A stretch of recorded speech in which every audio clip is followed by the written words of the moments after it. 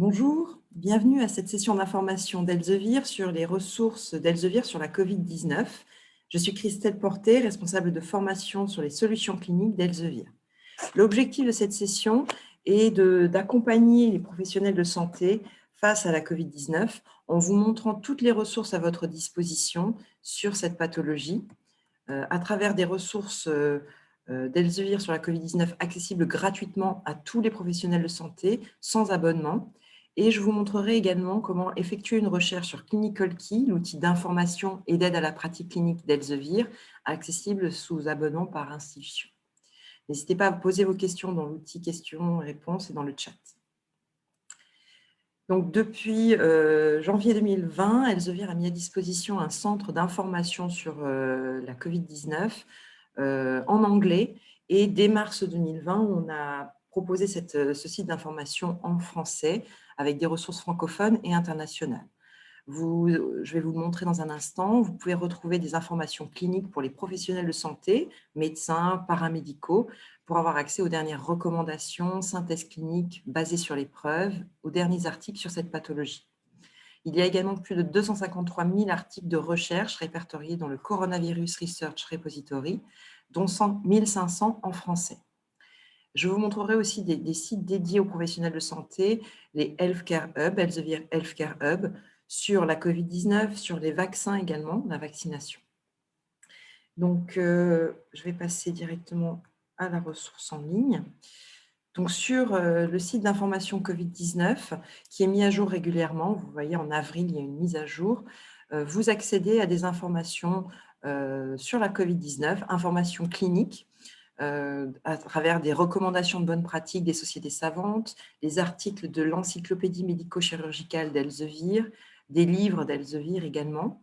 Vous avez des liens vers les recommandations du ministère des Solidarités et de la Santé, mais également de l'OMS, base documentaire d'APHP, etc. Donc, on rassemble sur ce site toutes les informations fiables et validées sur la Covid-19, sur la gestion de cette pathologie, du diagnostic au traitement.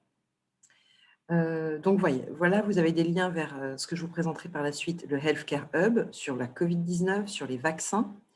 Vous avez également un onglet ressources francophones où vous retrouvez tous les articles publiés dans les revues médicales d'Elsevier sur la Covid-19, des revues aussi de paramédicales pour les professionnels de santé paramédicaux, infirmières, aides-soignants, sur la gestion de l'intubation des patients gravement atteints par la Covid-19, etc.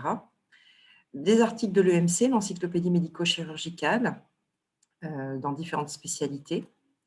Et vous avez accès aux derniers ouvrages en accès libre sur la Covid-19, notamment le méga guide pratique des urgences de l'équipe du professeur Patron, qui rassemble un chapitre entier de connaissances sur la Covid-19. Donc, vous avez accès en texte libre à ces 11 pages du chapitre en français sur la Covid-19. Accès libre pour tous les professionnels de santé, pas forcément uniquement ceux qui sont abonnés aux ressources d'Elsevier. Dans l'onglet « Recherche et traitement », vous allez retrouver des articles dédiés vraiment à la recherche de traitements sur les vaccins, etc., francophones ou internationaux.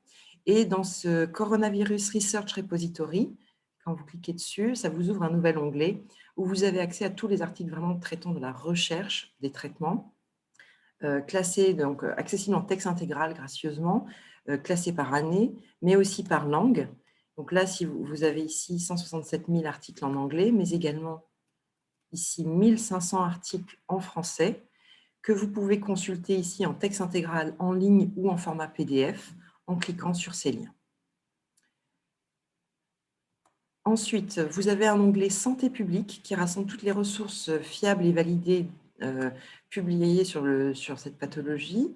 Les ressources des recommandations officielles du ministère des Santé et de la Solidarité, du comité scientifique, etc., de la Haute Autorité de Santé. Donc voilà, toutes les informations fiables et validées utiles pour le diagnostic, le traitement de cette pathologie sont rassemblées dans ce site ouvert à tous les professionnels de santé avec accès à des articles en texte intégral sur cette ressource. Dans l'onglet Retour d'expérience, je vous invite à aller consulter la série d'interviews d'experts sur la Covid-19 qui nous font part de leur retour d'expérience sur l'expérience de Covid-19.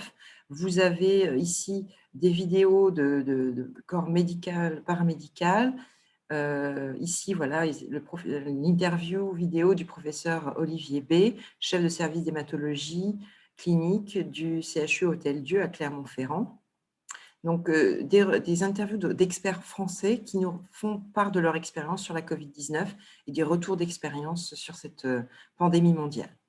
Également, vous avez accès au livre blanc édité par Elsevier fin 2020 sur les grands défis de la santé de demain.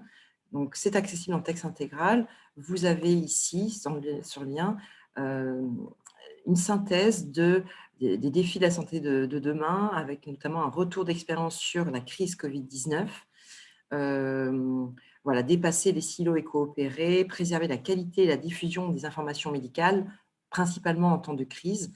Donc, les retours d'expérience et voilà, ce qu'on a pu retenir et ce qu'on pourrait mettre en place à l'avenir pour mieux gérer encore ce type de crise. Donc, voilà, sur ce site, vous avez accès à toutes ces ressources francophones ou internationales.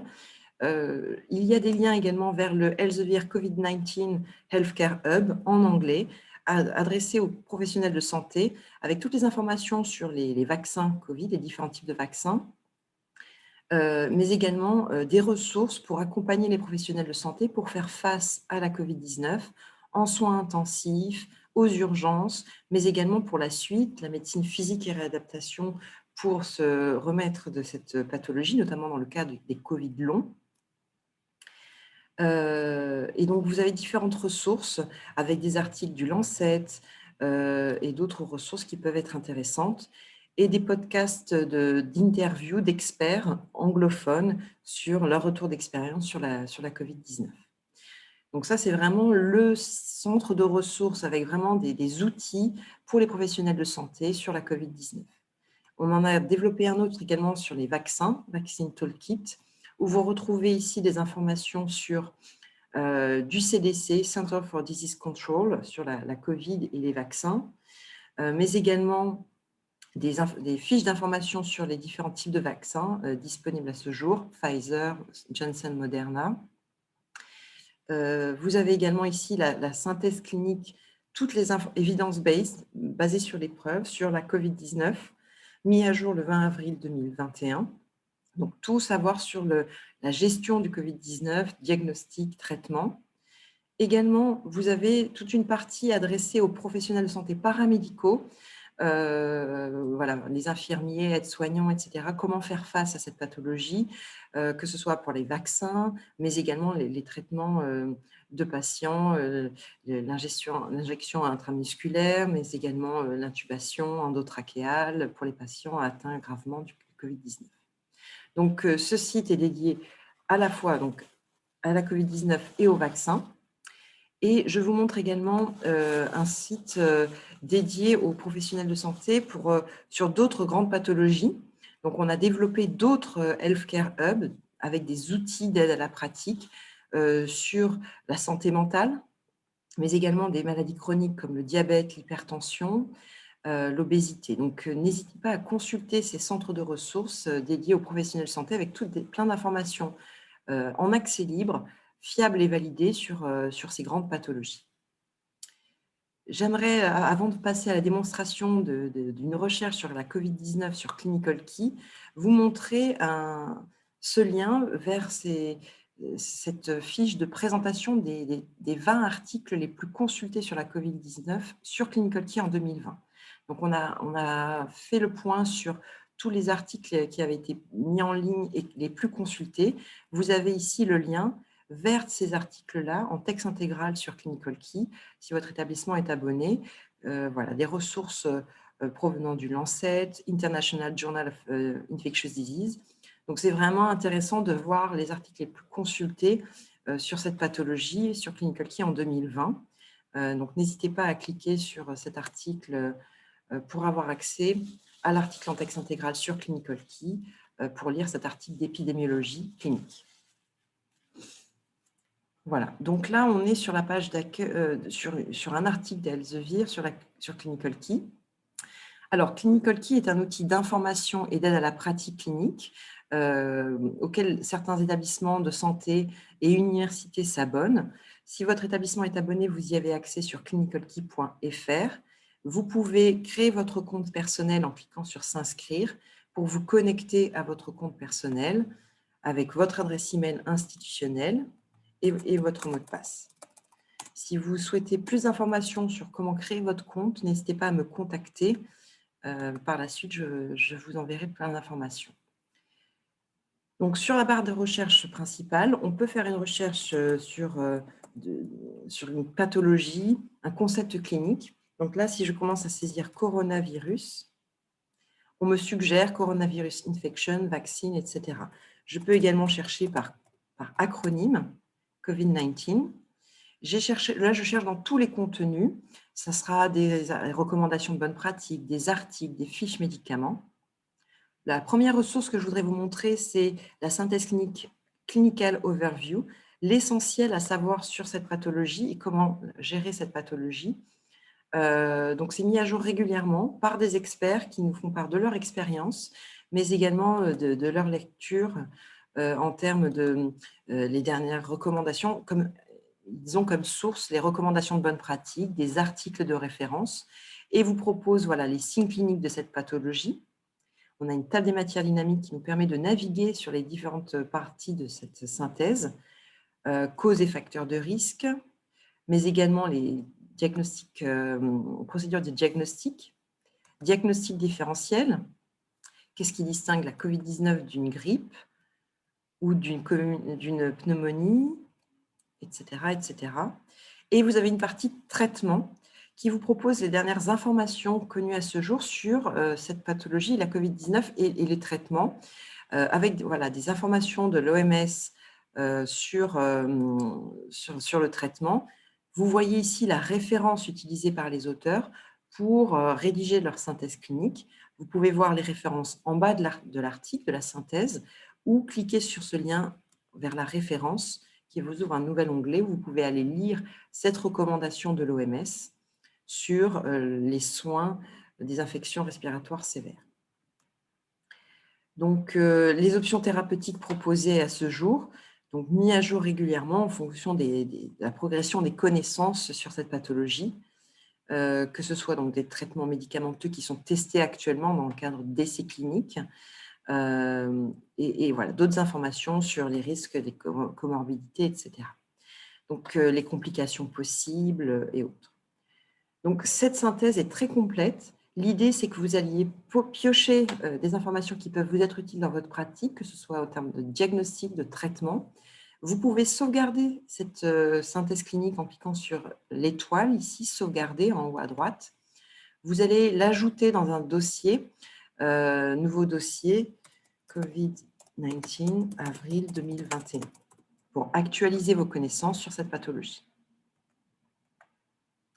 Donc, j'ai sauvegardé cet élément que je peux retrouver ensuite dans mon espace personnel, contenu sauvegardé. On le verra par la suite.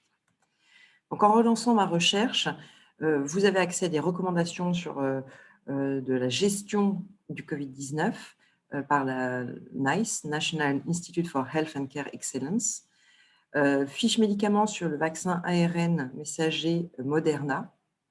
Donc, en cliquant sur cette fiche médicaments, sur cette fiche sur le vaccin, vous avez des indications sur la classification, les indications de ce vaccin, les contre-indications, mise en garde des précautions d'emploi et les effets indésirables potentiels pour actualiser vos connaissances sur ce vaccin-là et avoir des dernières informations sur ce vaccin Moderna.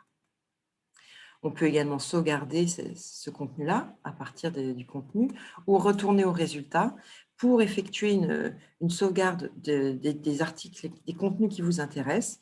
Je peux sauvegarder ces 3 éléments, fiches médicaments et recommandations, en cliquant sur étoile sauvegarder.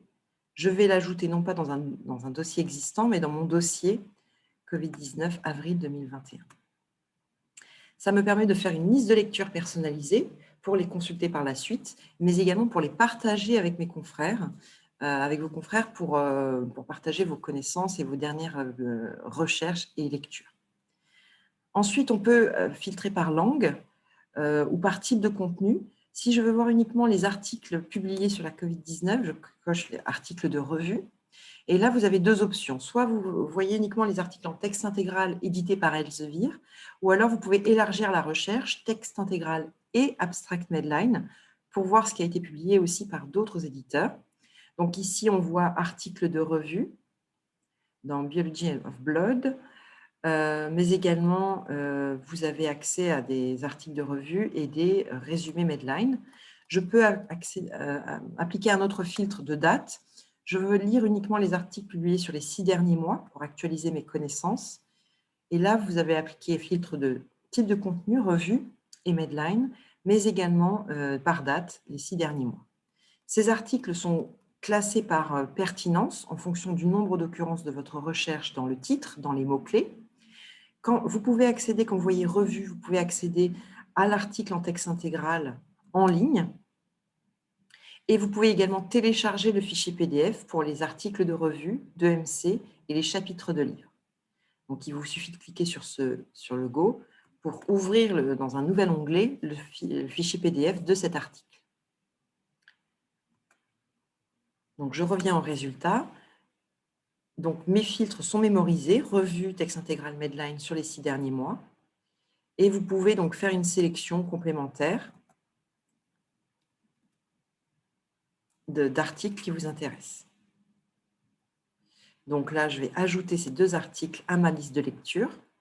Je vais cliquer sur le tag, le dossier thématique que j'ai créé aujourd'hui, Covid-19, avril 2021, pour sauvegarder ces éléments-là.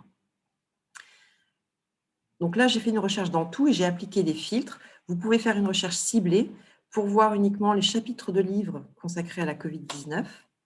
Donc là, vous allez avoir accès aux chapitres de livres publiés sur le traitement de la Covid-19 dans Concurrent Therapy, un ouvrage de référence qui actualise les connaissances sur cette pathologie. Donc là, je vais sélectionner ces éléments et les ajouter dans mon dossier. Donc, un chapitre de livre est accessible en ligne. Donc là, on est sur la partie traitement de la Covid-19 dans ce chapitre Concurrent Therapy 2021. Vous pouvez naviguer également, comme pour les articles de revue, pour voir les diagnostics différentiels, etc. En revenant au début de livre, vous avez la possibilité donc de télécharger le fichier PDF, non pas du livre entier, mais de ce chapitre qui répond à votre question clinique, et d'aller voir la table des matières de ce livre également. On peut également faire des recherches dans les fiches médicaments ou les essais cliniques menés actuellement. Donc là, je vais faire une recherche sur les Covid-19, mais également traitement. Donc, on peut affiner la recherche au lieu de chercher toutes les informations épidémiologie, diagnostic Covid-19. On peut affiner les résultats sur les traitements de la Covid-19 et chercher uniquement les essais cliniques. Ici, on a des essais cliniques qui ont été publiés récemment, là, sur l'efficacité de l'ivermectine pour le traitement de la Covid-19. Cet essai clinique, c'est un résumé de l'essai clinique en cours. C'est un essai clinique phase 2 qui est mené actuellement, qui a commencé le 1er juin 2020. Vous avez les critères d'inclusion, et là, ça a été mené en Égypte. Donc, vous avez toutes les informations sur cet essai clinique, et le lien également vers les informations complètes de l'essai clinique sur l'outil de notre partenaire clinicaltrials.gov, qui rassemble tous les essais cliniques menés actuellement dans le monde. Donc, ça aussi, vous pouvez sauvegarder cet essai clinique ou des essais cliniques qui vous paraissent intéressants à consulter plus tard, ici sur le remdesivir, etc. Donc, toujours, vous retrouvez icône pour sauvegarder, mais vous pouvez aussi partager par email le lien vers ces articles, ces résumés d'essais cliniques, avec la personne de votre choix, qui va recevoir un email de clinicalkey@elsevier.com avec le lien pour accéder à ces essais cliniques en cours. Également, on peut faire une recherche ciblée dans les médicaments également, donc Covid-19 traitement médicaments. Donc là, ça peut être les vaccins ou l'azithromycine pour les infections orale. Donc, pareil, comme la fiche sur le vaccin Moderna, vous avez les indications, les contre-indications, les effets indésirables, et vous pouvez sauvegarder cet élément. Je vais vous montrer maintenant comment sauvegarder des contenus multimédia. Je vais lancer ma recherche uniquement dans les contenus multimédia, images et vidéos. Donc, ça peut être un arbre décisionnel, un graphique. Là, on peut en savoir plus sur ce graphique. L'approbation de médicaments par la FDA sur la thérapie de SARS-CoV-2. Donc, vous avez ici des informations.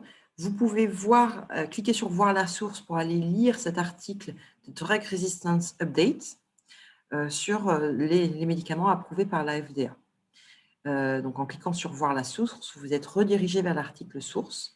Là, vous pouvez sauvegarder comme n'importe quel contenu, mais si vous voulez exporter cette image sur PowerPoint pour une présentation que vous avez à faire pour un congrès, un staff, vous cliquez sur cette icône « Ajouter à la présentation PowerPoint ». Donc là, on va créer une nouvelle présentation, COVID-19 traitement, avril 2021. J'ai sauvegardé cette image dans un dossier que je vais ensuite pouvoir exporter sur PowerPoint. Je peux faire une sélection de plusieurs images qui me paraissent intéressantes. Donc, toujours, vous pouvez cliquer sur l'image pour en savoir plus avant de la sélectionner. Voilà. Donc là, vous cochez. J'ai sélectionné 4 images qui me paraissent intéressantes. Je retrouve l'icône « Ajouter à la présentation PowerPoint ».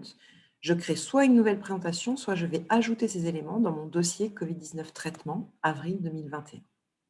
J'ajoute ces éléments.